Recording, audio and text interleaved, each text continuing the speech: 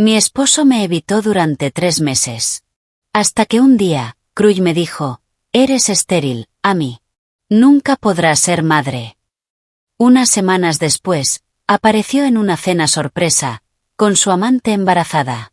Yo sonreí con calma y le dije, felicidades, cariño. Mientras colocaba un sobre la mesa. Cuando lo abrió, el color desapareció de su rostro. Eres estéril, Amy. Nunca podrás ser madre. Jeffrey me dio ese diagnóstico una mañana de jueves, mientras desayunábamos, como si solo me estuviera diciendo que se había acabado el café. Su voz era firme, neutra, mientras yo me quedé congelada, con un tenedor lleno de huevos revueltos a medio camino hacia mi boca. 3 meses de que se apartara cada vez que intentaba tocarlo. 3 meses con mantas separadas y duchas en el gimnasio. Y ahora entendía por qué. Según él, mi cuerpo estaba roto, defectuoso, incapaz de darle los hijos que tanto deseaba. Lo que Jeffrey no sabía era que dentro de mi bolso había un sobremanila con resultados médicos que demostraban exactamente lo contrario. Antes de continuar, si crees que la verdad siempre sale a la luz y que la mentira nunca gana, te invito a suscribirte y darle like al vídeo. Es gratis y me ayuda a compartir historias importantes como esta. El tenedor cayó sobre el plato, haciendo ruido. Los huevos se desparramaron sobre el mantel individual que había comprado en aquella tiendita de Lincoln Park, la que tenía bordados a mano. Jeffrey había dicho que era demasiado caro para algo que acabaríamos manchando con comida. Curioso que recordara esa discusión justo ahora, mientras él destruía nuestro matrimonio con total calma, entre sorbos de café negro. ¿Qué acabas de decir? Pregunté, con la voz rota, apenas un susurro. Él sacó su teléfono y deslizó la pantalla, mostrando algo que evidentemente ya tenía preparado. Me hice unas pruebas, dijo. Mi fertilidad está bien. Hemos estado intentándolo por 2 años. Amy. Giró el teléfono hacia mí demasiado rápido como para que pudiera leer nada. Solo vi un borrón de números y términos médicos. El problema eres tú, repitió. El problema eres tú. 4 palabras que de pronto explicaban todo. ¿Por qué dormía con ropa deportiva? ¿Por qué había cambiado su pijama por sudaderas grises y camisetas técnicas, de esas que absorben la humedad? Irónico, pensé. Adecuadas para alguien que sudaba por las mentiras cada noche a mi lado. Su alarma había cambiado de las 7 a las 6:30 hacía 3 semanas. Cada mañana, la misma rutina. Alarma. Tomar el bolso del gimnasio que dejaba junto a la puerta. Y desaparecer antes de que pudiera ofrecerle café o conversación. Mejor presión de agua en las duchas del gimnasio, había dicho cuando le pregunté por qué ya no usaba nuestro baño, el mismo que él había insistido en remodelar con una regadera tipo lluvia cuando nos mudamos a este apartamento en Chicago hace 4 años. Pensé en los boletos de concierto que guardaba en el cajón, los Lumineers, en el Chicago Theatre, asientos en primera fila, $300. La semana pasada, cuando se los mencioné, recordó de pronto una entrega urgente del trabajo. La semana anterior, nuestras reservas para cenar en Gelande Goat se arruinaron por una reunión de emergencia con un cliente. Y 2 semanas antes, nuestro fin de semana planeado para visitar a mis padres en Milwaukee fue imposible por unos reportes trimestrales. Cada plan que hacía encontraba un obstáculo nuevo. Era como si mi presencia en su vida se hubiera convertido en algo que debía encajar entre compromisos, no en algo prioritario. Amy, necesito tener hijos. Necesito un legado, dijo con tono empresarial, como si estuviera explicando una adquisición, no destruyendo el futuro que habíamos planeado juntos. Y tú no puedes darme eso. La visita de mi hermana Carol la semana pasada cobró sentido de inmediato. Había encontrado su anillo de bodas en el portavasos del auto. Luego en su bolso del gimnasio. Luego en su escritorio. Cada hallazgo venía acompañado de una nueva excusa. Dedos hinchados por la sal, alergia al metal, reacción al jabón, pero solo en ese dedo. Carol me había tomado del brazo en la cocina, con el ceño fruncido. Amy, está comiendo solo ensaladas para llevar. El hombre que rogaba por tu lasaña ahora vive a base de Sweetgreen. Algo no está bien. Yo lo había atribuido al estrés de intentar concebir. Pero ahora todo encajaba. Cada comida casera que preparé, el pot roast que solía pedir los domingos, el pan de plátano que llevaba al trabajo y presumía con sus compañeros, la sopa de pollo que perfeccioné con la receta de su abuela, las rechazó todas. 3 meses de excusas. Comí en la oficina, tuvimos cena con clientes, no tengo hambre, almorcé mucho. Había ido construyendo distancia, bocado a bocado, ducha tras ducha, excusa tras excusa. ¿Desde cuándo lo sabes? Pregunté, mientras mi mano se movía instintivamente hacia el bolso sobre el mostrador. Dentro estaba el sobre con los resultados del laboratorio de la doctora Patricia Young. Salud reproductiva perfecta, niveles hormonales óptimos, todo funcionando exactamente como debía. ¿Importa? Respondió Jeffrey, alisando su camisa, una de las que le había planchado ayer, cuando aún creía que solo estábamos atravesando una mala racha. Lo importante es que ahora lo sabemos. Podemos dejar de fingir que esto va a funcionar. Dejar de fingir. Como si los últimos 5 años de matrimonio, los 2 años intentando tener un hijo, los gráficos de temperatura, las pruebas de ovulación, las noches programadas de intimidad, hubieran sido una simple actuación que ya lo aburría. He hecho una cita con un especialista, dije con cuidado, observando su rostro. Algo se movió en su expresión. ¿Pánico? ¿Molestia porque tomé la iniciativa sin consultarle? Eso ya no es necesario, dijo rápidamente. Ya tenemos las respuestas. Tus respuestas, lo corregí. De las pruebas que te hiciste sin avisarme, sin incluirme, sin siquiera preguntar si queríamos hacerlo juntos. Tomó su taza favorita, irónicamente, la que decía el mejor esposo del mundo, regalo mío, y la llevó al fregadero. Solo intentaba evitarte la vergüenza de descubrirlo en un consultorio médico, dijo. Evitarme la vergüenza. Como si me estuviera haciendo un favor al anunciar mi supuesta infertilidad entre huevos revueltos, con la misma calma con la que uno dice, tenemos que comprar más leche. Qué considerado de tu parte, respondí, dejando escapar el sarcasmo a pesar de mis esfuerzos por mantenerme tranquila. Jeffrey se giró desde el fregadero y, por primera vez en semanas, me miró realmente. No hagas esto más difícil, Amy. Los dos sabemos que nuestro matrimonio ha estado mal. Esto solo explica por qué.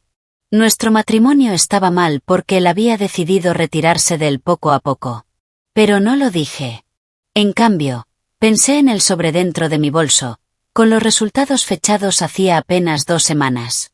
Pensé en las notas de la doctora sobre mis excelentes indicadores de fertilidad. Pensé en esas misteriosas pruebas médicas de Jeffrey, de las que nunca me había hablado, y cuyos resultados me mostró tan rápido que no tuve tiempo de verificar nada. Debería irme, dijo Jeffrey, mirando su reloj. Un Rolex que yo había comprado con mis ahorros después de 6 meses, como regalo por nuestro 5º aniversario.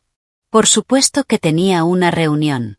Jeffrey siempre tenía otro lugar al que ir cuando nuestra vida requería su presencia real.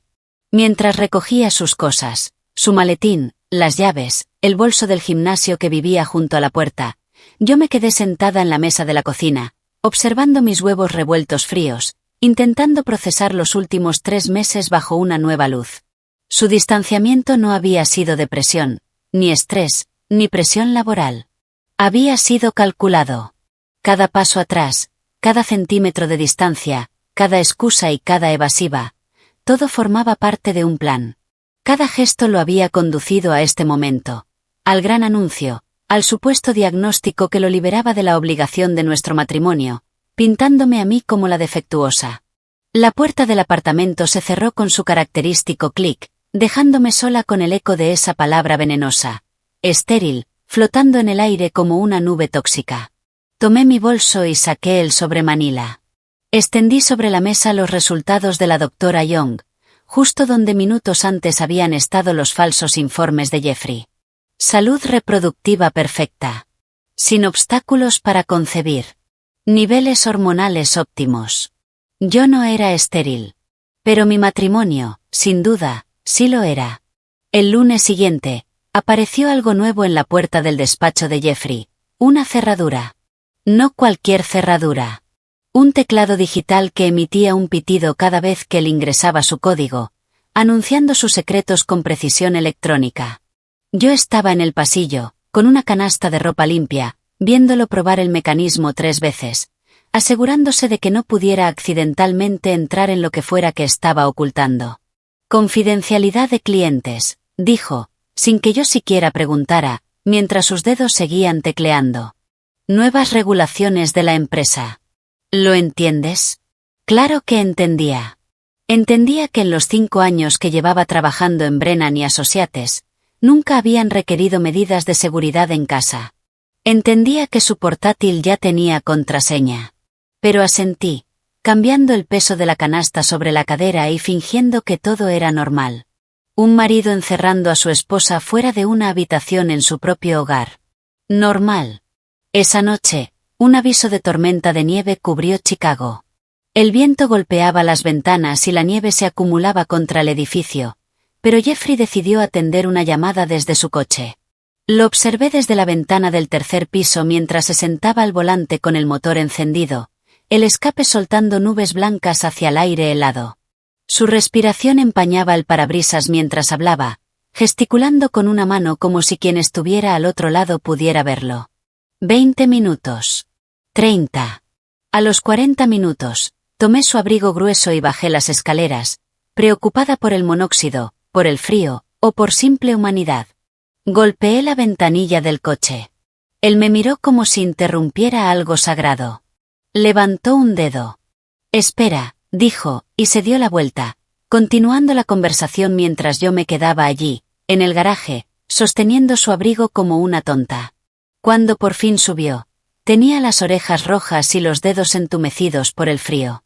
¿Llamada importante? Pregunté. No lo entenderías, respondió. Y de algún modo, eso dolió más que si simplemente me hubiera mentido. El rechazo físico comenzó de forma sutil, pero pronto se volvió teatral. En el funeral de nuestra vecina, la dulce señora Chen, la que nos llevaba galletas cada Navidad, intenté tomarle la mano durante la oración. Un gesto normal, algo que habíamos hecho en docenas de ceremonias. Él se apartó bruscamente, como si lo hubiera quemado, y fingió revisar el teléfono mientras el pastor hablaba sobre el amor, la pérdida y las personas que dejamos atrás. Pensé que querías mi billetera, dijo luego, en el coche. Su excusa fue tan absurda que ni siquiera respondí. ¿Quién busca una billetera durante una oración fúnebre? ¿En qué universo eso tendría sentido? Pero fue en la fiesta de fin de año de la empresa donde Jeffrey ejecutó su obra maestra del desprecio.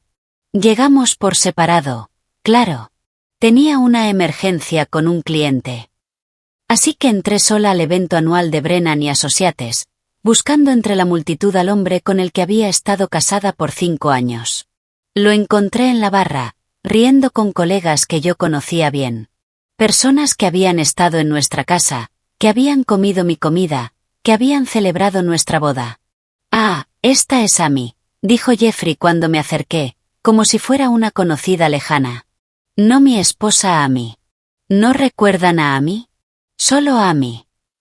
Sin contexto, sin vínculo, sin reconocimiento. Su compañera Jennifer me miró confundida. ¿Tu esposa Amy? Amy. Sí, respondió él, dándole la espalda para pedir otra copa. Jennifer me sostuvo la mirada con una mezcla de pena y vergüenza ajena. Los demás intercambiaron miradas rápidas, esas que dicen esto será tema de conversación más tarde. Probablemente en un grupo de mensajes del que Jeffrey no formaría parte. Pasé el resto de la noche sola, con una copa de vino en la mano, observando cómo mi marido se movía por la sala como un hombre soltero. Nunca una mirada hacia mí. Ni una sola vez reconoció el anillo que aún llevaba en mi dedo, mientras el suyo seguía viviendo en cualquier lugar menos en su mano. La siembra de pruebas comenzó en enero. Tan obvia que resultaba insultante. Volví del supermercado y encontré nuestra tablet sobre la encimera de la cocina, con una pestaña abierta en un artículo titulado «Señales de que tu esposa puede ser infértil». El historial de búsqueda debajo parecía el proyecto de investigación de un hombre desesperado. ¿Cómo saber si mi esposa no puede tener hijos? Síntomas de infertilidad que las mujeres esconden. Grupos de apoyo para esposas infértiles en Chicago. Quería que lo encontrara. Quería que viera esas búsquedas y empezara a dudar de mí misma. De mi cuerpo. De mi valor como mujer. La tablet, que normalmente estaba guardada en su despacho bajo llave, había sido colocada deliberadamente donde yo la vería. El algoritmo de Google colaborando con su plan, mostrándome mi supuesta inadecuación en frases limpias y buscables. Una semana después, en una librería Barnes y Noble, lo vi tomando fotografías de páginas en la sección de embarazo. No compraba el libro, solo fotografiaba gráficos y estadísticas sobre infertilidad, con el teléfono inclinado para capturar cada detalle.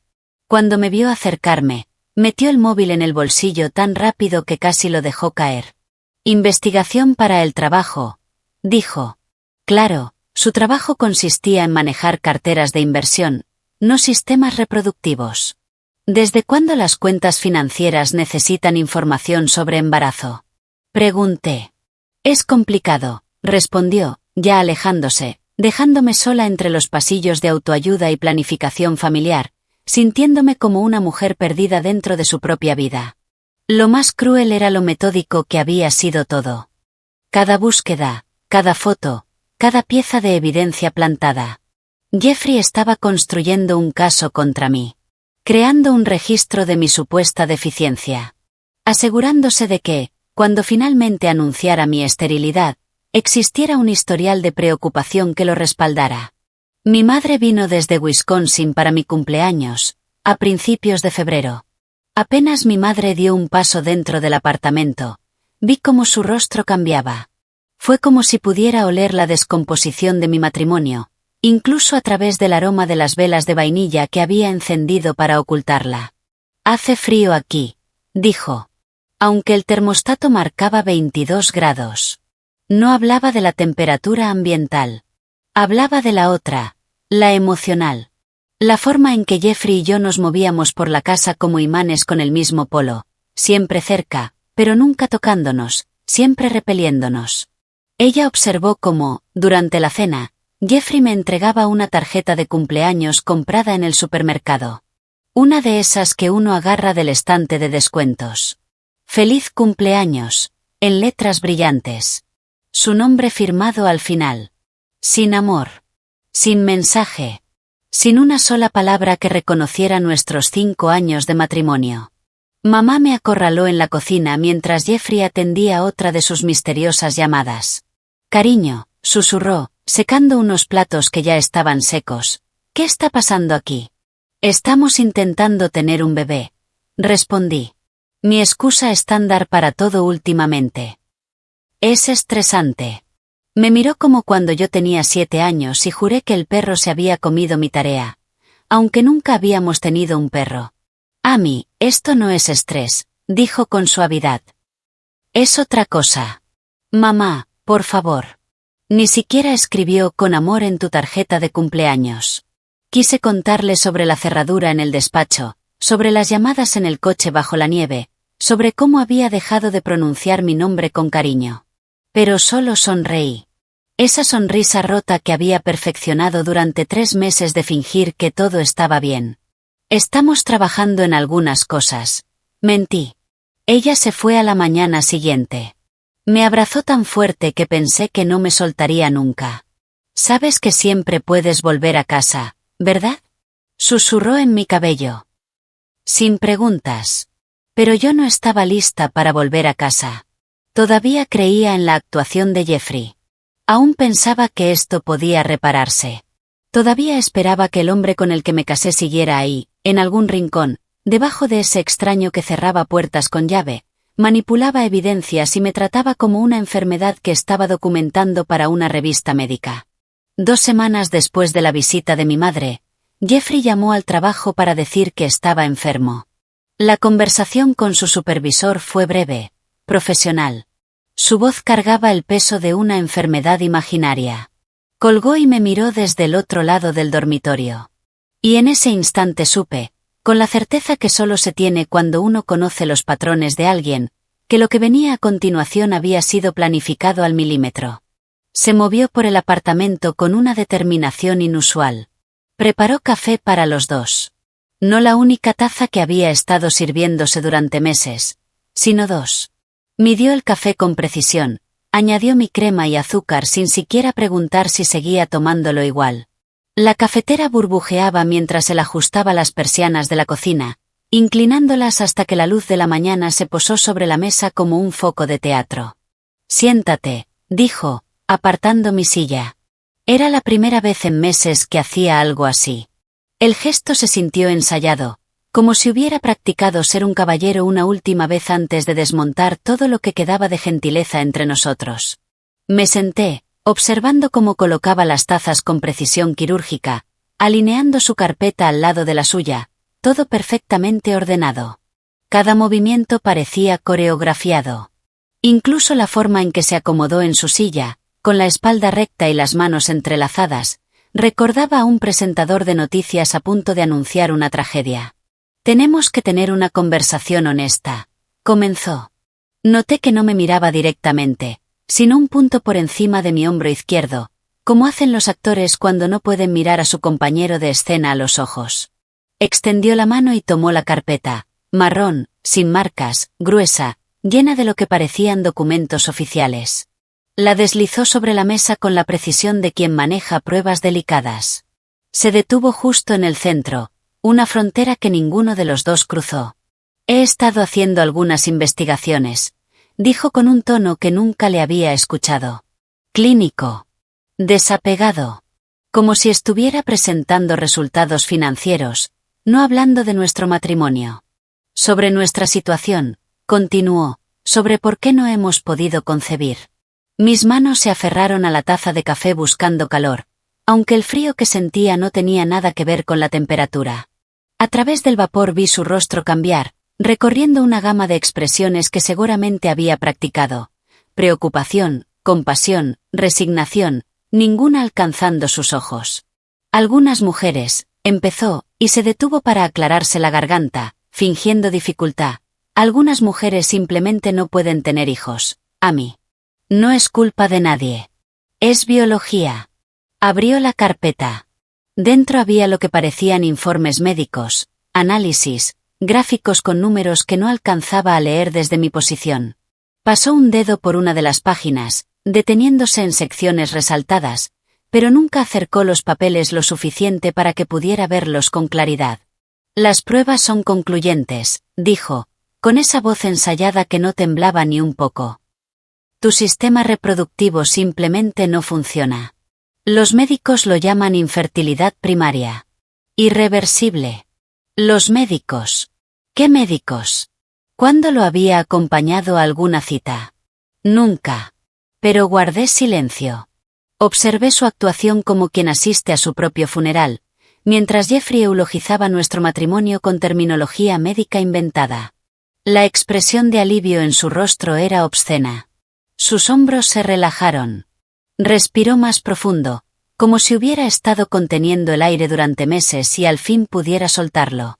No lo temía, comprendí entonces. Lo había estado esperando. Había preparado este momento, saboreando la oportunidad de emitir su veredicto y liberarse de la farsa de nuestro matrimonio. Tenemos que explorar otras opciones, continuó, con un tono ahora más firme, más confiado. Para formar una familia, quiero decir. He pensado mucho en esto, Amy. Necesito tener hijos. Necesito dejar algo atrás, un legado. ¿Entiendes? Un legado. Como si fuera un rey preocupado por su linaje, y no un analista financiero que pasaba sus días moviendo números en hojas de cálculo. Pero no dije nada.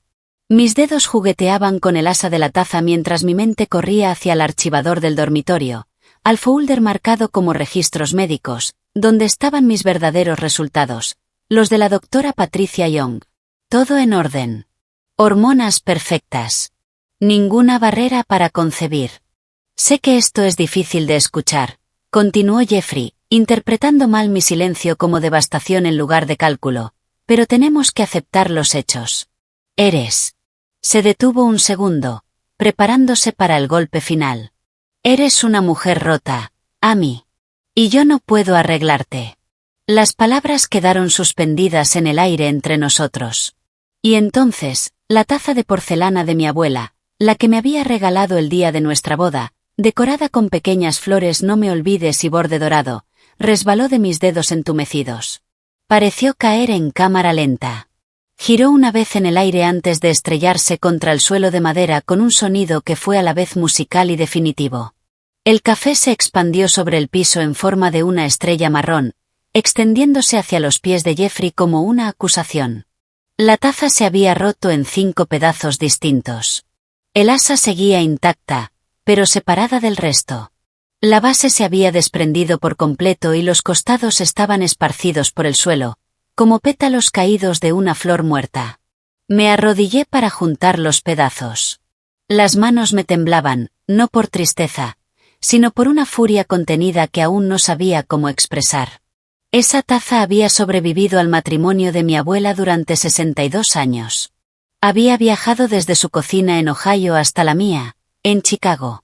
Había sostenido miles de tazas de café a lo largo de alegrías, penas y mañanas ordinarias que ahora, vistas en retrospectiva, parecían invaluables en su simplicidad. «Déjalo», dijo Jeffrey, poniéndose de pie y retrocediendo para evitar el café que se extendía por el suelo. «Buscaré papel toalla». Pero no lo dejé. Fui recogiendo cada fragmento con cuidado, sosteniéndolos en mis manos como si fueran pajarillos heridos. Las pequeñas flores no me olvides seguían visibles en los trozos más grandes. El azul de su pintura no se había desvanecido, a pesar de la violencia del impacto. Mientras mis dedos encontraban cada esquirla, comprendí que no estaba recogiendo porcelana rota. Estaba juntando las pruebas de algo mucho más grande que se había quebrado, algo que ya no podría repararse con disculpas ni explicaciones. Jeffrey volvió con un rollo entero de papel toalla, dejándolo caer sobre el charco desde una distancia prudente, observándome mientras yo seguía arrodillada entre los restos, con una expresión que no supe leer. Impaciencia, quizá, o disgusto, por mi dramatismo ante una simple taza rota, justo después de diagnosticarme como una mujer defectuosa.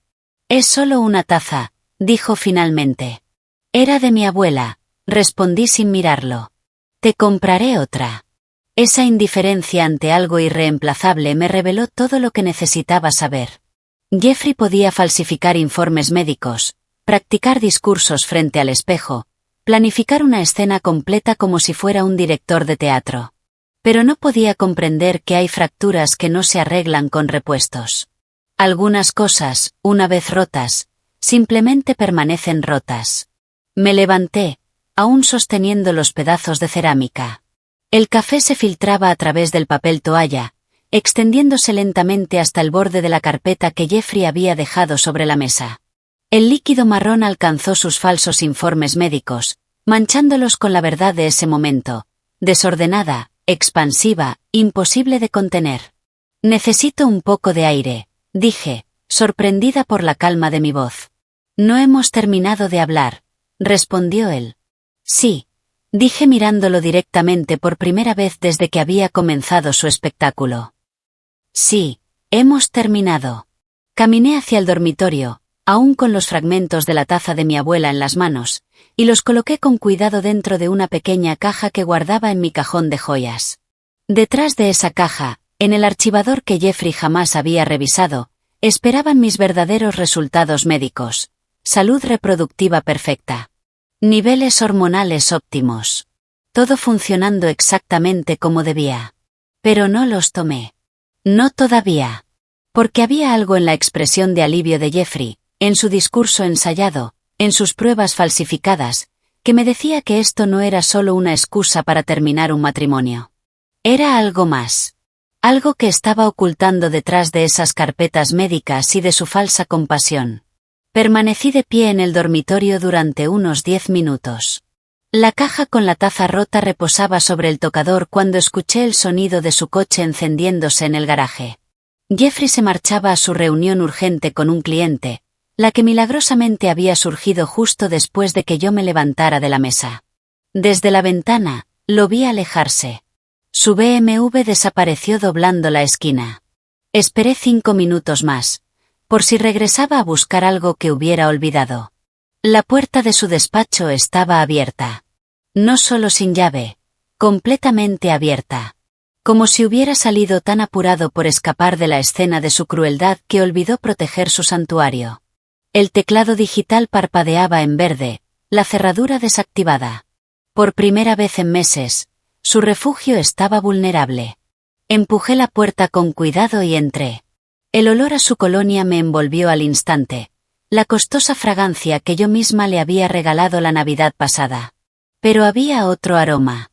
Algo dulce, floral, perfume de mujer. Uno que definitivamente no era mío. Su escritorio estaba más desordenado de lo que él habría tolerado si supiera que lo vería. Papeles esparcidos, carpetas apiladas sin orden. Su espacio, normalmente impecable, mostraba grietas en la fachada de perfección que tanto se esforzaba por mantener. Comencé por el archivador. Mis dedos recorrieron las pestañas hasta encontrar una marcada como Impuestos 2023.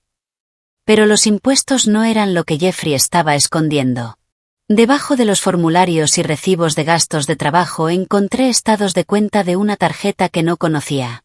Y los cargos contaban una historia que me revolvió el estómago. Victoria's Secret, $127.43, 3 de febrero. Otra compra 2 semanas después por $89.99. En el detalle del recibo, las tallas, 32B, talla pequeña. Yo usaba 36C, talla mediana. Había cargos en restaurantes también.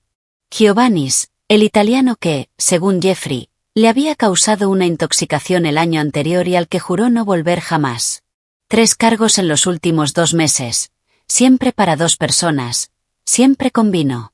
Sky Lauron, aquel restaurante que él había calificado de pretencioso cuando lo propuse para nuestro aniversario. 4 visitas desde diciembre. Mis manos se movían mecánicamente, fotografiando cada estado de cuenta con el teléfono. El clic de la cámara sonaba demasiado fuerte en el silencio del despacho. Un recibo de joyería de enero me detuvo. $1.340.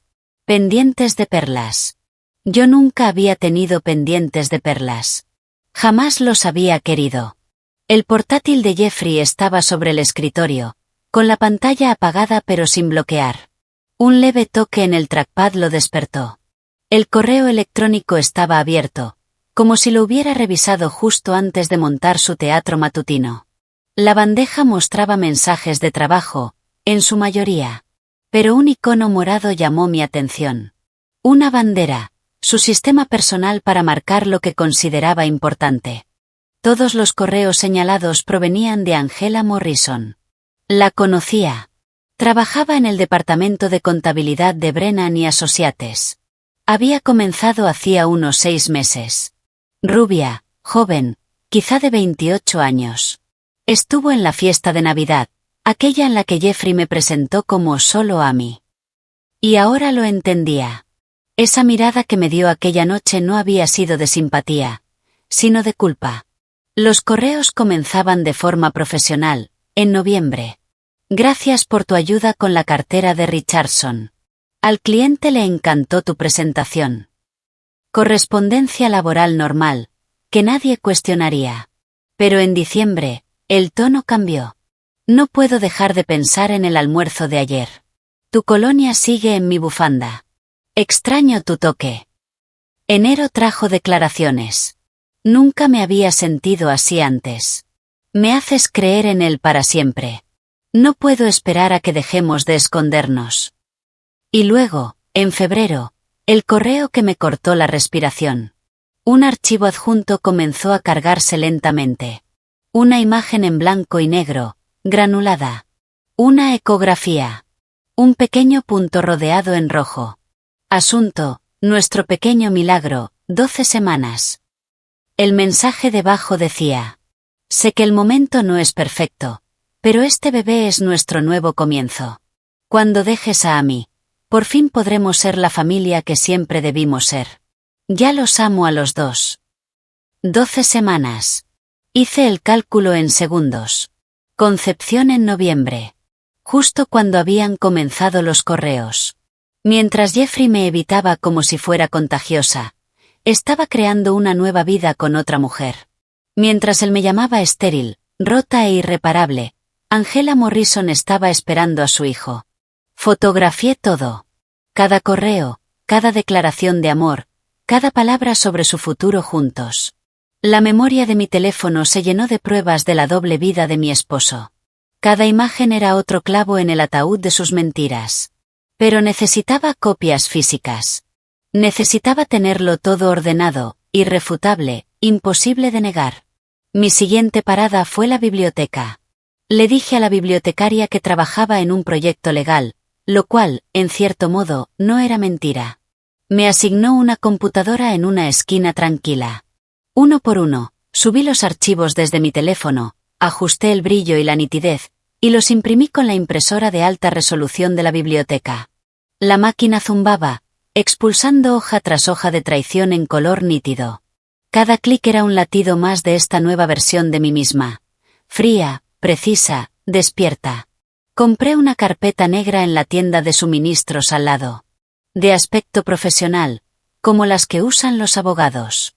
De vuelta en la biblioteca, organicé todo cronológicamente con separadores etiquetados por mes. Noviembre, los correos laborales. Diciembre, la tensión creciente. Enero, las confesiones amorosas. Febrero, el anuncio del embarazo. Cada pieza fue colocada en fundas plásticas protectoras, creando una línea de tiempo impecable de su engaño. Una historia que nadie podría discutir. Mis manos ya no temblaban. Se movían con precisión quirúrgica, construyendo un arma hecha de verdad y sellos de tiempo. Cuando terminé el dossier, no podía llevarlo a casa. Jeffrey podría encontrarlo, destruirlo antes de que estuviera lista. Así que conduje hasta el apartamento de mi hermana Carol, en Lincoln Park. Usé la llave de repuesto que me había dado años atrás y escondí la carpeta detrás de sus abrigos de invierno en el armario del pasillo. ¿Seguro? Susurré al aire vacío. Aunque sabía que era más que un seguro. Era poder. La prueba era poder. Era el comienzo de algo que todavía no sabía cómo nombrar. A la mañana siguiente, llamé al consultorio de la doctora Young. Necesito copias de mis resultados, le dije a la recepcionista. Oficiales, con membrete. Es para fines de seguro médico. La doctora me recibió esa misma tarde. Repitió las pruebas que ya había hecho semanas atrás, solo para asegurarse de que nada hubiera cambiado. Extracción de sangre, ultrasonido, análisis hormonales, todo el panel completo que demostraría, sin sombra de duda, lo que los falsos reportes de Jeffrey intentaban negar.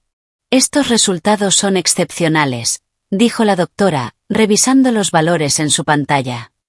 Estás en el percentil 95 de salud reproductiva, en tu grupo de edad y en cualquier grupo de edad. Rara vez veo números tan perfectos. ¿Podría poner eso por escrito? Le pedí. La aseguradora requiere documentación detallada. Imprimió varias copias, todas con el sello oficial de la clínica y su firma autorizada. Prueba médica de que no estaba rota. De que no era estéril. De que no era nada de lo que Jeffrey había intentado convencerme que era. ¿Estás segura de que todo está bien?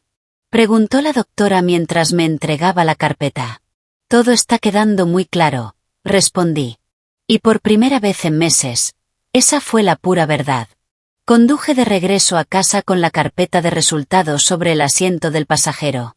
Mi mente ya había cambiado de modo. Si Jeffrey quería una esposa rota, le daría justo eso. Una mujer devastada, intentando aceptar su infertilidad, mientras él construía su nueva vida con Angela Morrison. La primera parada fue la librería cerca de nuestro apartamento. Tomé todos los folletos de adopción que encontré en la sección de planificación familiar. Elegí los más desgarradores: niños esperando un hogar, estadísticas sobre adopciones en parejas mayores, testimonios de familias que habían encontrado caminos alternativos a la maternidad. La cajera, una joven de ojos amables, me tocó la mano suavemente al entregarme la bolsa. Sea cual sea el camino que estés recorriendo, dijo, espero que encuentres paz. Casi me reí. La paz era lo último que estaba buscando. De regreso a casa, dispuse los folletos con precisión casi artística, uno sobre la mesa del salón, medio escondido bajo una revista, como si lo hubiera estado leyendo a solas, otro marcando una página en mi novela de cabecera, y un tercero en mi bolso, lo bastante visible para que Jeffrey lo viera cuando accidentalmente lo dejara abierto sobre la encimera de la cocina. La computadora compartida fue mi siguiente lienzo. Pasé 2 horas investigando clínicas de fertilidad, tratamientos de FIV y programas de donación de óvulos. Me aseguré de dejar un rastro digital abundante. Marqué páginas con títulos como «Cuando tu cuerpo te falla y aceptar la infertilidad», una guía para mujeres en duelo. Incluso creé una hoja de cálculo comparando costos de clínicas, sabiendo que la mente analítica de Jeffrey no podría resistirse a revisar mi historial y apreciar mi detallado análisis de una desesperación inventada. El grupo de apoyo fue, quizá, mi actuación más convincente. Chicago Fertility Warriors se reunía los miércoles por la tarde en el sótano de una iglesia en Wicker Park.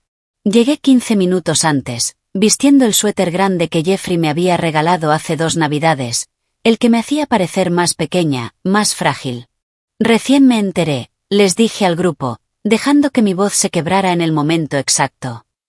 Mi esposo ha sido tan comprensivo, pero puedo ver la decepción en sus ojos.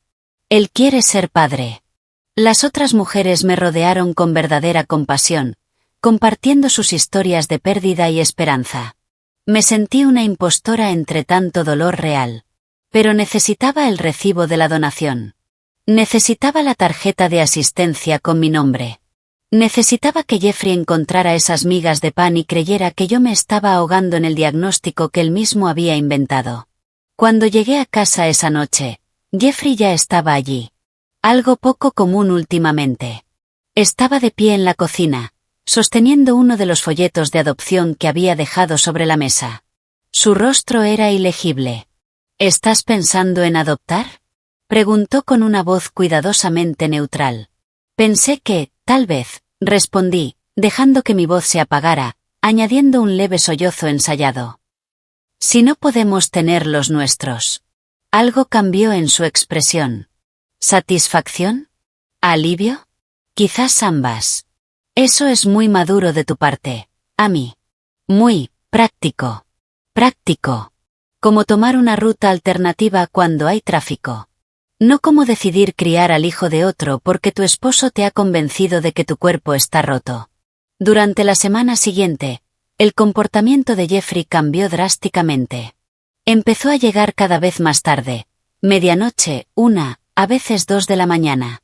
Ya no se molestaba en inventar excusas sobre cenas de trabajo o reuniones de emergencia. Solo entraba, se duchaba y se metía en la cama sin decir una palabra. El olor del perfume de Angela lo acompañaba, aferrado a su piel como una confesión que ya no intentaba esconder. Lo observé evacuar nuestra vida poco a poco. Primero desapareció el reloj de su abuelo, el Rolex que había heredado y que, según él, necesitaba limpieza profesional. Luego, su diploma universitario, retirado de la pared para una actualización de certificación. Después, su taza de café favorita, la que yo le había regalado con la frase «el mejor esposo del mundo», se mudó a su oficina y nunca volvió. Se estaba yendo en fragmentos, creyendo que yo estaba demasiado destrozada para notarlo. Pero lo noté todo. Cada detalle. Cada ausencia. Cada mentira que se desmoronaba, tan meticulosamente como él había planeado su traición. Documenté todo. Cada objeto que desaparecía. Cada llegada tarde. Cada ducha que borraba el perfume de otra mujer. Carol se convirtió en mi arma secreta. Me llamaba cuando Jeffrey estaba en casa, su voz lo suficientemente alta como para atravesar las delgadas paredes del apartamento. «Amy, cariño, tienes que aceptar lo que no puedes cambiar», decía en voz alta, mientras en realidad me enviaba mensajes con enlaces a abogados de divorcio. «Lo sé», le respondía con tono quebrado. «Solo necesito encontrar un nuevo propósito en la vida». Mientras tanto, yo hacía capturas de pantalla de los cargos de la tarjeta de crédito de Jeffrey. Hoteles durante la hora del almuerzo, pagos sospechosos, reservas duplicadas. Una noche, Carol se superó. Jeffrey estaba en su despacho, con la puerta entreabierta, y ella llamó justo a la hora acordada.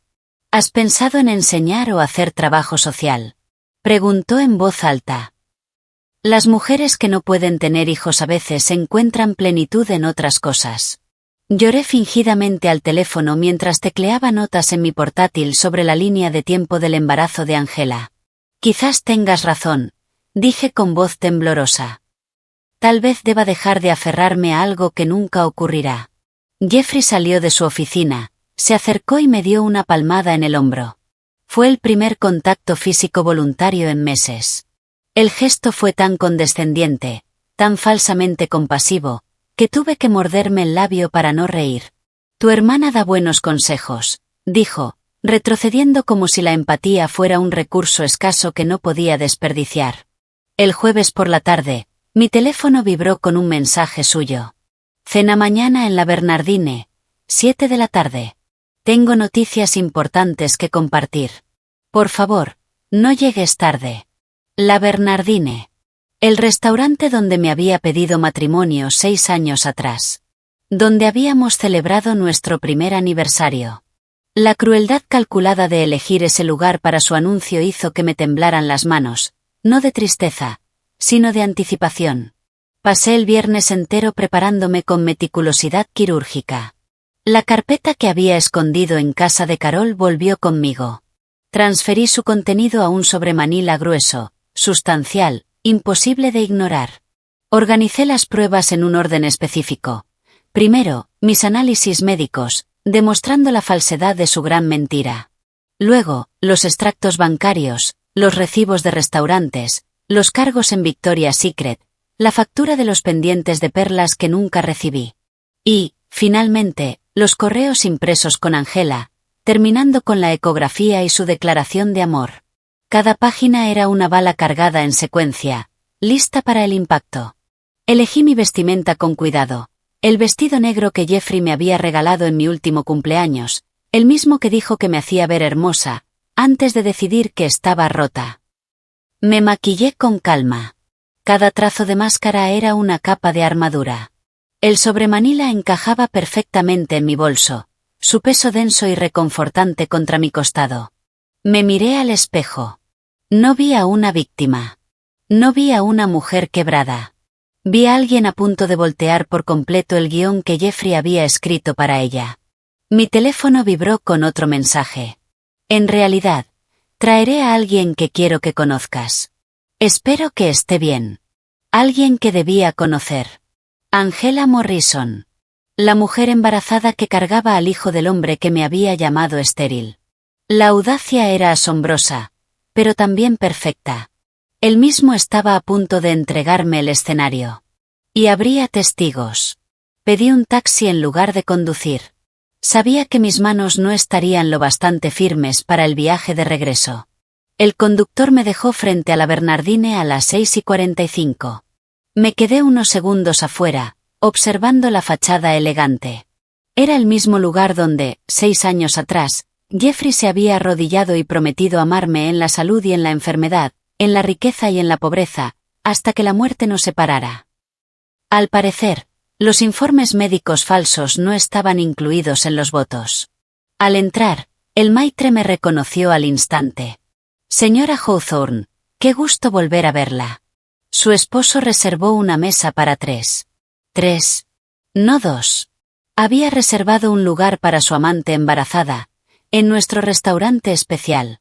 Quiero esa mesa, por favor, dije, señalando una en el centro del salón, cerca de la ventana. El señor Hawthorne pidió un reservado en la esquina. Estoy segura de que sí, respondí con una sonrisa, deslizando un billete de $20 en su mano. Pero tengo un poco de claustrofobia, y esa mesa sería perfecta. ¿Sería posible? El maitre miró el dinero, luego mi rostro. Algo en mi expresión debió advertirle que esto no se trataba de una simple preferencia. Por supuesto, señora Hawthorne. Por aquí, por favor. La mesa estaba perfectamente ubicada, visible desde casi todo el comedor, con el espacio justo alrededor para que nadie se perdiera lo que estaba a punto de suceder. Me senté mirando hacia la entrada. Pedí un vaso de agua. Coloqué mi bolso en la silla vacía a mi lado, el sobremanila en su interior como un arma cargada, esperando el momento preciso. A las 7 en punto, entraron. Jeffrey iba primero, con su mejor traje, el gris carbón que yo misma le había ayudado a elegir para su ascenso el año pasado. Detrás de él, con la mano apoyada en su brazo como si le perteneciera, venía Angela Morrison. El vestido azul que llevaba caía en suaves pliegues, resaltando sin ambigüedad el abultado vientre de 4 meses. Su cabello rubio estaba perfectamente peinado en ondas suaves, su maquillaje, impecable. Todo en ella gritaba: soy la versión mejorada. El comedor pareció detenerse por un instante. Vi cómo el reconocimiento se extendía entre varias mesas. Colegas de la firma de Jeffrey, vecinos del edificio, incluso el doctor Patel del 3er piso, quien había asistido a nuestra fiesta de aniversario 2 años atrás. El murmullo colectivo, ese suspiro de incredulidad cuando comprendieron que Jeffrey Hawthorne estaba entrando al restaurante con su amante embarazada y su esposa al mismo tiempo, fue casi audible. Su paso vaciló cuando me vio. Yo no estaba escondida en una esquina, sino sentada en el centro del salón, expuesta como una escena cuidadosamente montada. Su mandíbula se tensó, pero se recuperó rápido, guiando a Angela con una mano en la espalda baja. Posesivo, protector. Amy, dijo al llegar a la mesa, evitando mirarme directamente. Esta es Angela, de la oficina. Pensé que ya era hora de que se conocieran. Angela tuvo la decencia de parecer incómoda. Su mano libre se movió hacia el vientre en un gesto nervioso. De cerca, parecía más joven de lo que imaginaba, quizá 27 o 28 años. Tenía ese brillo del embarazo del que todos hablan, aunque probablemente era vergüenza lo que enrojecía sus mejillas. ¡Qué encantador!, dije, poniéndome de pie y apartando su silla antes de que Jeffrey pudiera hacerlo. Por favor, siéntate. Debes de estar agotada con ese embarazo tan avanzado. Los ojos de Angela se abrieron ligeramente ante mi amabilidad, pero se sentó, murmurando un débil gracias. Jeffrey tomó asiento entre nosotras, como un árbitro en un combate silencioso. El camarero apareció enseguida. El servicio de la Bernardine era impecable. Jeffrey pidió una botella de vino, pero se corrigió al instante. En realidad, solo 2 copas. Angela no puede beber, completé con una sonrisa helada. Por supuesto que no. Por cierto, felicidades por el bebé. La palabra bebé pareció rebotar en la mesa, suspendida en el aire como un eco incómodo. La mano de Angela volvió instintivamente a su vientre, un gesto protector que, en otro contexto, habría sido enternecedor, si no estuviera acariciando al hijo de mi esposo. Amy, empezó Jeffrey, con esa entonación ensayada que había escuchado tantas veces últimamente. Sé que esto es difícil, pero dadas tus circunstancias, creo que lo mejor es que hablemos del futuro. Tus circunstancias. Como si mi supuesta infertilidad fuera una enfermedad contagiosa que no se atrevía a nombrar. Angela y yo nos hemos acercado mucho en los últimos meses, continuó, extendiendo la mano y colocándola sobre la de ella. Me ha apoyado mucho mientras procesaba todo esto. Procesar. Como si nuestro matrimonio fuera una hoja de cálculo que debía analizarse, y no 5 años de vida compartida. Debe ser muy duro, intervino Angela por primera vez, con voz suave y tono cuidadosamente compasivo. Enterarte de que no puedes tener hijos. Jeffrey me habló sobre tu diagnóstico. Su falsa empatía era casi perfecta. Sin duda lo había practicado, probablemente con Jeffrey guiándola sobre qué decir y cómo decirlo. Pero debajo de esa compasión fabricada se notaba otra cosa, una nota leve, apenas perceptible, de superioridad. Ella podía darle a Jeffrey lo que yo no, su legado. Ella era el terreno fértil donde él creía que su nombre florecería. Sí, el diagnóstico fue bastante impactante, dije, tomando un sorbo de agua. Aunque imagino que últimamente han habido muchos descubrimientos sorprendentes. El vaso de Jeffrey se tensó entre sus dedos. Angela no captó el doble sentido.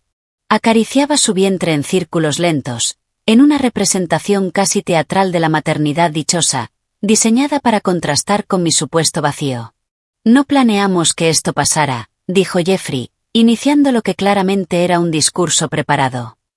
Pero a veces la vida toma giros inesperados. Tenemos que aceptar la realidad y avanzar con gracia. Aceptar la realidad. Avanzar con gracia. Me había traído al restaurante donde me propuso matrimonio, con su amante embarazada, para darme frases de autoayuda corporativa sobre aceptar mis defectos. Estoy completamente de acuerdo, respondí, sonriendo con tanta serenidad que lo vi moverse incómodo en su asiento. De hecho, me gustaría proponer un brindis. Levanté mi vaso de agua. Esperé. Angela, ansiosa por salir de la tensión, alzó el suyo enseguida. Jeffrey vaciló, pero finalmente levantó su copa de vino. Por los nuevos comienzos, dije, mirándolos. Por la verdad, y por las revelaciones inesperadas. Los vasos chocaron con un sonido nítido, casi musical.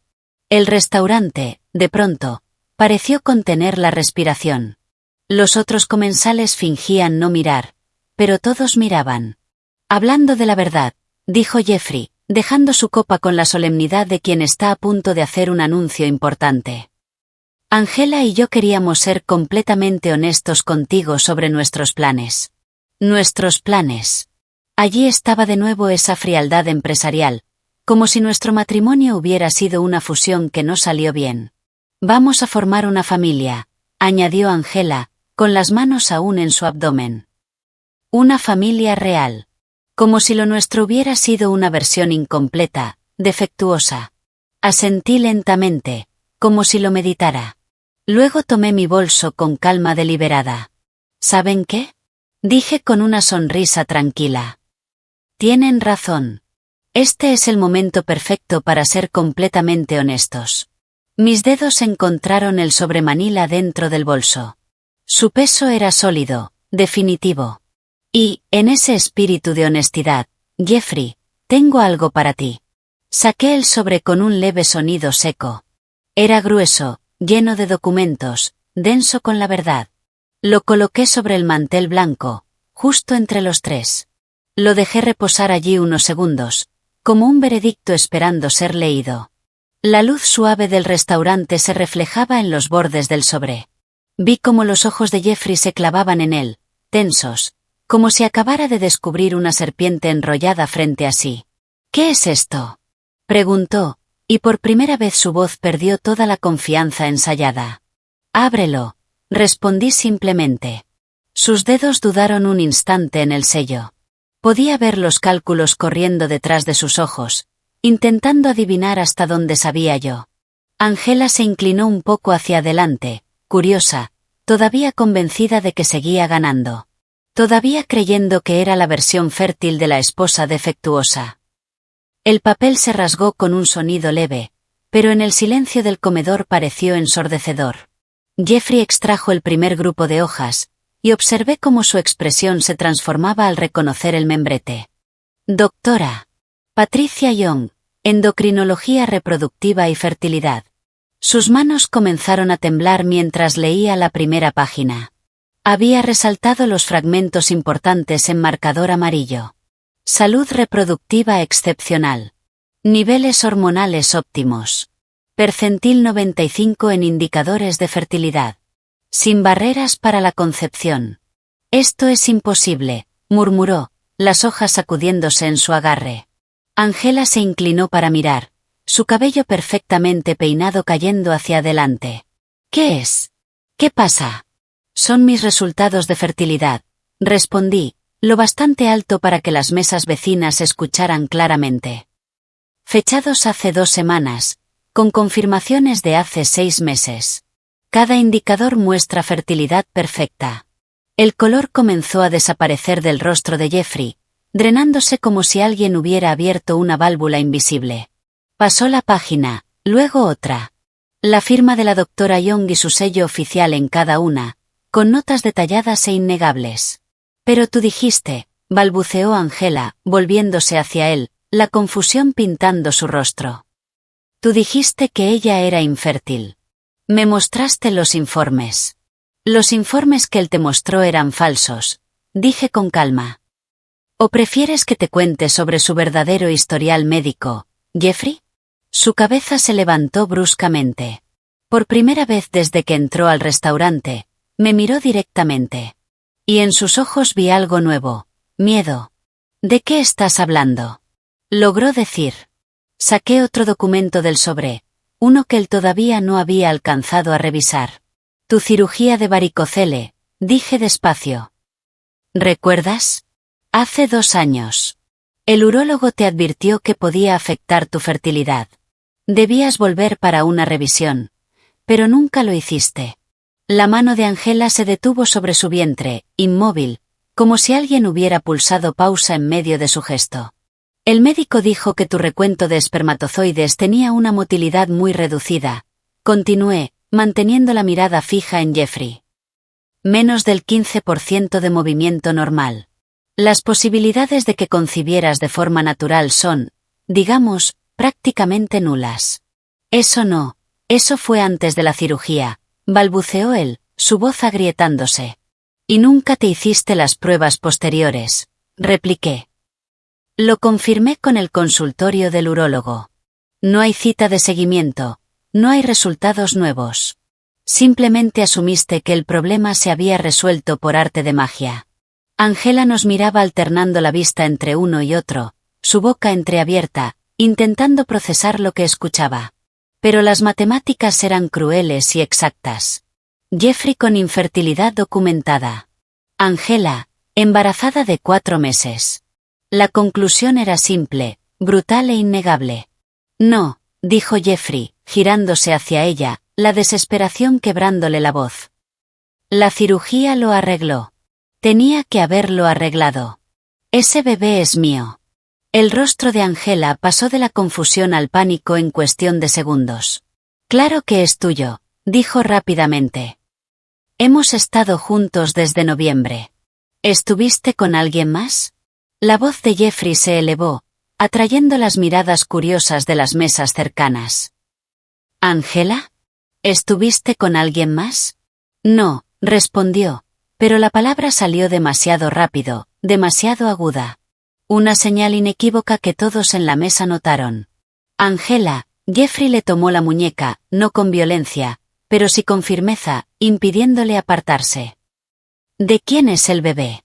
Es tuyo, insistió ella, aunque las lágrimas ya comenzaban a llenarle los ojos, y su maquillaje perfectamente aplicado empezaba a desvanecerse. Las fechas no cuadran si yo soy estéril, dijo Jeffrey, escupiendo la palabra estéril como si le desgarrara la garganta. ¿De quién es el bebé, Angela? El restaurante se había vuelto completamente silencioso. Ni siquiera los camareros se movían. Todos observaban aquella escena como si fuera una obra de teatro a la que no habían pagado entrada, pero de la que no podían apartar la vista. Jeffrey, por favor, suplicó Angela. Podemos hacer una prueba. ¿De quién es el bebé? Gritó, su voz retumbando por todo el elegante comedor de la Bernardine. Angela se estremeció, las lágrimas cayendo ya sin control por sus mejillas. Y entonces lo vi. El preciso instante en que se quebró. David, susurró. ¿Qué? David, de contabilidad. Su voz era apenas audible, pero en el silencio absoluto, todos la escucharon. Estuvimos juntos antes de que tú y yo empezáramos. Hubo cierto traslape. Pensé que era tuyo, de verdad lo pensé. Quería que lo fuera, pero las fechas. Vi el mundo de Jeffrey derrumbarse en tiempo real. Su rostro pasó del rojo al blanco y después al gris, en cuestión de segundos. La mano que sujetaba la muñeca de Angela se aflojó y cayó sobre la mesa como algo sin vida. Tú sabías, dijo, girándose hacia mí, su voz hueca. Sabías que estaba embarazada del hijo de otro hombre. Sabía que estaba embarazada, lo corregí. El resto era solo matemática básica. Tu infertilidad más su embarazo igual a otro padre. No necesitaba ser detective para resolverlo. Angela lloraba ahora sin contención. Su llanto feo, real, arruinaba su maquillaje perfecto. 2 líneas negras de rímel descendían por sus mejillas. Te amaba, le dijo a Jeffrey entre sollozos. Pensé que podríamos ser una familia, incluso con el hijo de otro hombre. La risa de Jeffrey fue amarga, cortante como una navaja. ¿Ibas a dejar que criara al hijo de otro? ¿Cómo tú ibas a dejar que creyera que yo estaba rota? Intervine con voz serena. Todos tomamos decisiones, Jeffrey. Algunos simplemente tomamos las correctas. Un camarero se acercó con cautela, claramente enviado por el gerente para controlar la situación. ¿Todo está bien aquí?, preguntó con voz tensa. Necesitaremos cuentas separadas, respondí amablemente. Y yo me retiraré primero. Me levanté con calma, recogí mi bolso y dejé el sobremanila abierto sobre la mesa, con todo su contenido esparcido, los resultados de fertilidad, los estados de cuenta, los correos impresos entre Jeffrey y Angela, todo dispuesto como pruebas en un juicio. Los papeles del divorcio están al final del sobre, le dije a Jeffrey, que seguía mirando a Angela como si la viera por primera vez. Mi abogada se pondrá en contacto para coordinar los plazos. Luego me giré hacia Angela, que lloraba desconsoladamente. ¿Y tú? Felicidades por el bebé. Estoy segura de que David estará encantado. Lo último que vi antes de marcharme fue a Jeffrey repitiendo una y otra vez: ¿cómo pudiste mentirme? La misma pregunta que yo me había hecho durante meses, ahora de vuelta con intereses. El maitre me sostuvo la puerta al salir. Bien jugado, señora, susurró con una leve inclinación. El aire nocturno de Chicago me recibió frío y limpio, lleno de posibilidades. Me quedé unos segundos en la acera frente a la Bernardine, respirando profundamente. El viento cortaba mi vestido negro mientras sacaba el teléfono. Carol contestó al primer timbrazo. ¿Cómo salió todo? Mejor de lo planeado, respondí, caminando hacia el lago. El bebé de Angela es de alguien llamado David, del departamento de contabilidad. ¿Qué? Jeffrey no puede tener hijos, le expliqué. Su cirugía de hace 2 años. Nunca se hizo el control posterior. Angela se acostó con un compañero de trabajo. Todo se vino abajo ahí mismo, en la mesa. La risa de Carol sonó clara y brillante al otro lado de la línea. Así que te llamó estéril mientras él era el infértil, y su amante está embarazada de otro. Karma, cariño, tiene una excelente memoria. Seguí caminando, el taconeo de mis zapatos marcando un ritmo que sonaba a libertad. A través de los ventanales del restaurante todavía podía ver nuestra mesa, Jeffrey desplomado en su silla, Angela llorando sobre las servilletas, y el contenido del sobremanila desparramado entre ellos como los restos de 2 engaños chocando. Mi teléfono vibró con un mensaje de Jeffrey. Esto no ha terminado. Lo eliminé sin responder. Bloqueé su número. Sí, había terminado. Solo que él aún no lo sabía. A la mañana siguiente me reuní con mi abogada, Patricia Chin, en su oficina del Loop. Su asistente había conseguido las grabaciones de seguridad del restaurante. La Bernardine tenía cámaras, y el maitre, muy dispuesto, había colaborado más de lo esperado. Patricia sonreía como una ajedrecista viendo un jaque mate inevitable. Trajo a su amante embarazada al restaurante donde le propuso matrimonio, dijo, negando con la cabeza. A los jueces les desagradan ese tipo de humillaciones públicas. Y si añadimos los informes médicos falsificados sobre tu fertilidad, el acuerdo será muy favorable. No quiero su dinero, le dije. Solo quiero salir de esto. Aceptarás un acuerdo justo, corrigió Patricia. Lo apoyaste durante su máster. Renunciaste a tu carrera de marketing para seguirlo a Chicago. Te corresponde una compensación por eso. Tenía razón. Había olvidado todo lo que había sacrificado. Estaba tan enterrada en las traiciones recientes que había perdido de vista lo mucho que había dado para que Jeffrey tuviera éxito. El divorcio avanzó con una rapidez sorprendente. Jeffrey, humillado y desesperado por dejar Chicago, accedió a todo: el apartamento, los ahorros e incluso una pensión durante 2 años. Firmó los papeles con la resignación de quien sabe que ha perdido la guerra que él mismo empezó. Angela desapareció de su vida de inmediato. Supe por conocidos que intentó convencerlo de que el bebé aún podía ser suyo, incluso le propuso una prueba de paternidad. Pero Jeffrey ya había terminado con las mentiras. Jeffrey aprendió demasiado tarde lo que se siente estar del otro lado de la mentira. 3 meses después, estaba regando mis plantas en el balcón de mi nuevo apartamento en Lincoln Park cuando sonó mi teléfono. Un número desconocido de Boston. Amy, La voz de Jeffrey sonaba hueca, distante. Quería disculparme. Dejé la regadera en el suelo y miré hacia el lago Michigan, azul, inmenso y honesto. ¿Por cuál parte? Pregunté. Por todo, respondió. Por llamarte estéril, por Angela, por todo. ¿Te estás disculpando porque lo sientes o porque tu vida se vino abajo? El silencio se extendió tanto que pensé que había colgado. Pero entonces habló otra vez, con un hilo de voz. Angela tuvo al bebé. David está peleando la custodia. Al principio me puso en el certificado de nacimiento, pero la prueba de paternidad. Dios, Amy, intentó atraparme con el hijo de otro hombre. Como tú intentaste atraparme con informes médicos falsos, le recordé. Lo sé. Ahora lo veo. La ironía. No es ironía, Jeffrey. Es justicia. Colgué y bloqueé también el número de Boston.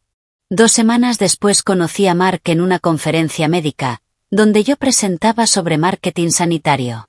Era pediatra en el Northwestern Memorial. Alto, amable, con esas manos seguras que habían sostenido a miles de bebés.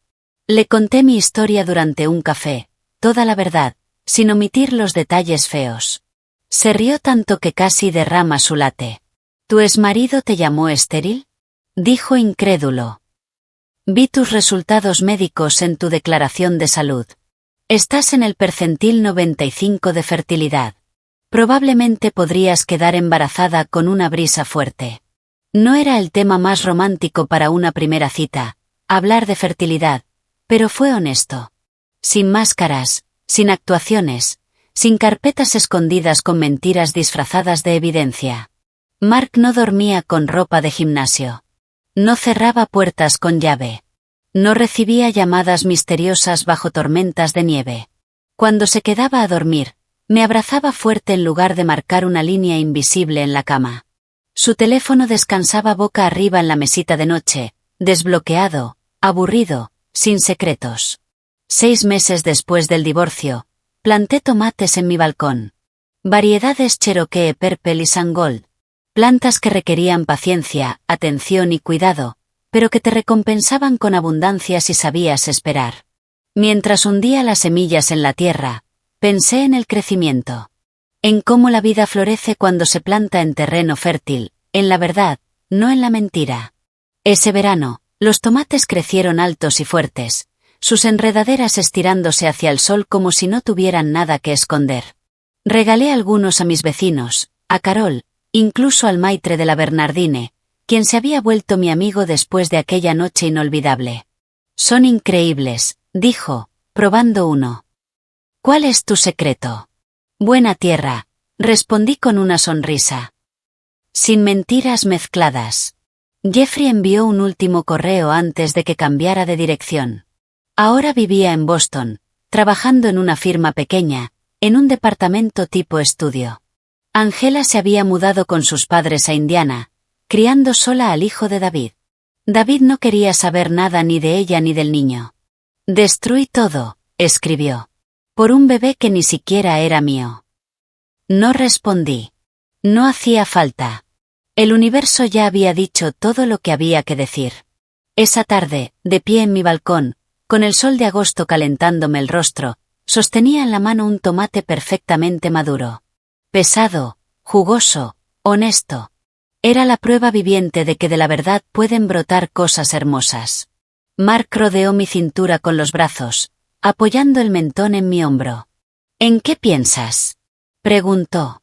En que la venganza no se trata de destruir a alguien más, dije, girando el tomate bajo la luz. Sino de reconstruirte a ti misma con mejores cimientos. El tomate estaba tibio por el sol, rojo como la verdad, dulce como la libertad. Le di un mordisco. Y en ese sabor estaban el verano, los nuevos comienzos y el gusto particular de una vida sembrada desde la honestidad. Bajo nosotros, el lago Michigan se extendía infinito y azul. El viento traía risas desde la playa, de gente viviendo vidas sin puertas cerradas ni mentiras disfrazadas de informes médicos. Eso era la verdadera victoria. No amarga. No vengativa. Solo limpia, auténtica y mía. Esta historia de justicia poética te dejó sin aliento. Dale me gusta ahora mismo. Mi parte favorita fue cuando Jeffrey exigió saber de quién era el bebé de Angela, solo para descubrir que lo había engañado la misma mujer por la que me traicionó. ¿Cuál fue tu parte favorita? Déjala en los comentarios. Y no olvides suscribirte y activar la campanita para no perderte más historias como esta. Intensas, humanas, y con finales que te harán sonreír.